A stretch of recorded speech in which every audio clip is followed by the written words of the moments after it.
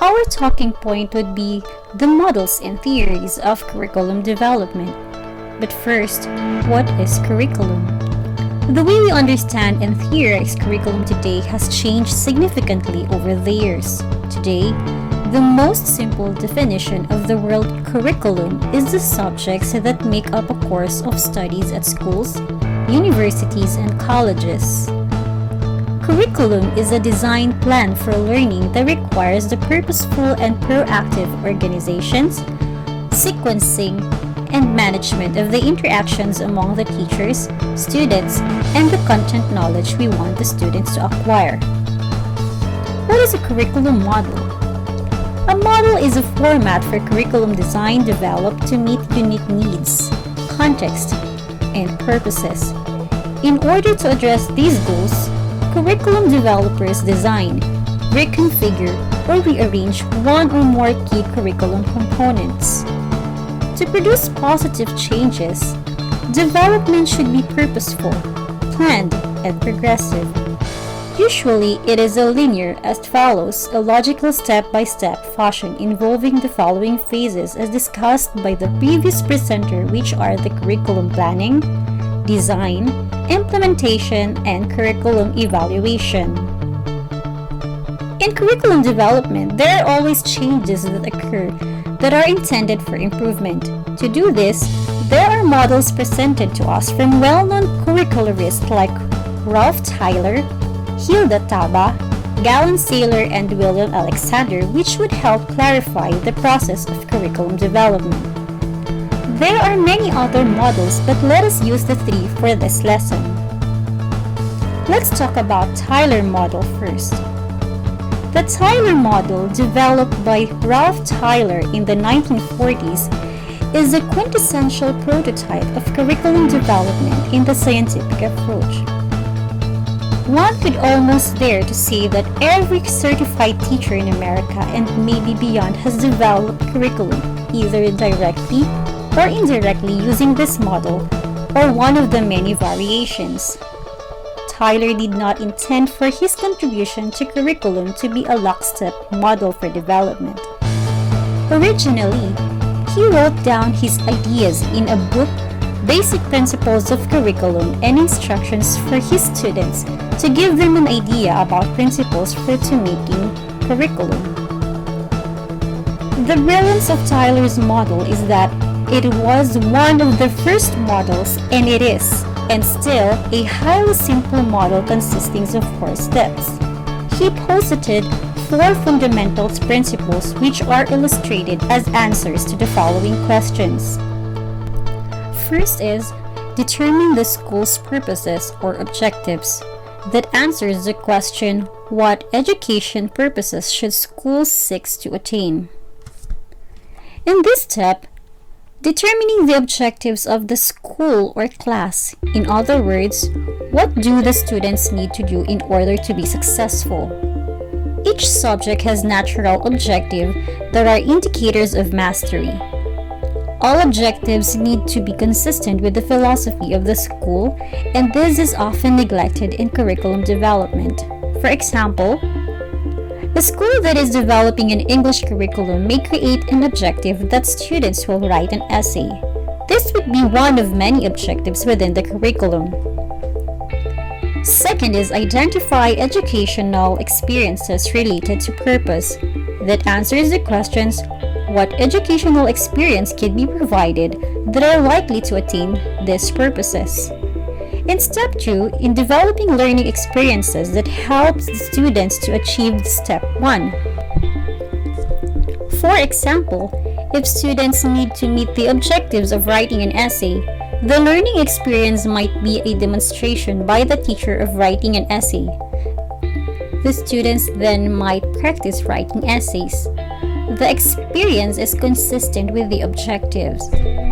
Third, organize the experience. That answers the question, how can these educational experiences be effectively organized? In step 3, organizing the experiences, should the teacher demonstrate first or should the student learn by writing immediately? Either way could work, and preference is determined by the philosophy of the teacher and the needs of the students. The point is that the teacher needs to determine a logical order of experiences for the students. The fourth step is evaluate the process that answers the question, how can we determine whether the purposes are being attained or not? Lastly, step 4 is evaluation of the objectives. Now, the teacher assesses the student's ability to write an essay. There are many ways to do this. For example, the teacher could have the students write an essay without assistance. If they can do this, it is evidence that the students have achieved the objective of the lessons. There are variations in this model. However, the Tyler model is still considered by many to be the strongest model for curriculum development. Another approach to curriculum development was proposed by Hilda Taba in her book Curriculum Development, Theory and Practice, published in 1962. She argued that there was a definite order in creating a curriculum. She believed that teachers who teach the curriculum should participate in developing in it, which led to the model being called the grassroots approach. She noted 7 major steps to her grassroots model, in which teachers would have major input. She was of the opinion that the Tyler model was more of an administrative model. Here are the 7 major steps to grassroots model. First is diagnosis of learner's need. The teachers, who is also the curriculum designer, starts the process by identifying the needs of the students for whom curriculum is to be planned. Like majority of students are unable to think critically. Second is the formulation of objectives. After the teacher has identified the needs of learner that requires attention, she should specify the objectives by which needs will be fulfilled. Third, selection of content. The objective selected or created suggests the subject matter or content of the curriculum. Not only objectives and content should match, but also the validity and significance of the chosen content needs to be determined, like the relevancy and the significance of the content. Fourth is the organization of the content. A teacher cannot just select content, but must organize it in a particular sequence, taking into considerations the maturity of the learners, their academic achievements, and their interest. Fifth is the selection of learning experiences. The content must be presented to the students, and they must be engaged with the content. At this point, teachers should select appropriate instructional methodology that will involve the students with the content. Sixth is the organization of learning activities. The learning activities must be organized in a sequence depending both on content sequence and learners' characteristics. And last is evaluation. The curriculum planner must determine that what objectives have been accomplished. To assess the achievements of learning objectives, evaluation procedure need to be designed. We have Gallen, Saylor, and William Alexander in 1974. They viewed curriculum development as consisting of 4 steps. According to them, curriculum is a plan for providing sets of learning opportunities to achieve broad educational goals and related specific objectives for an identifiable population served by a single school center. According to them, the first step is goals, objectives, and domains.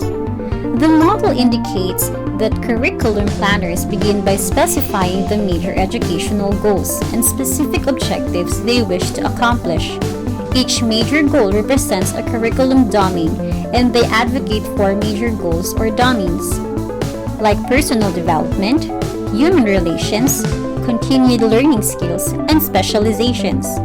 The goals, objectives, and domains are selected after careful consideration of several external variables such as findings from educational research, accreditation standards, views of community groups, and others. The second step is the curriculum designing. Once the goals, objectives, and domains have been established, planners move into the process of designing the curriculum. Here, decision is made on the appropriate learning opportunities for each domain and how and when this opportunity will be provided. Will the curriculum be designed along the lines of academic disciplines or according to the students' needs and interests or along themes? These are some of the questions that need to be answered at this stage of the development process. Third is the curriculum implementation. After the design have been created, the next step is implementation of the designs by the teachers. Based on the design of the curriculum plan, teachers would specify instructional objectives and then select relevant teaching methods and strategies to achieve the desired learning outcomes among students in the classroom. And last step is evaluation. Finally, curriculum planner and teachers engage in evaluation. The model proposed that evaluation should be comprehensive using a variety of evaluation techniques.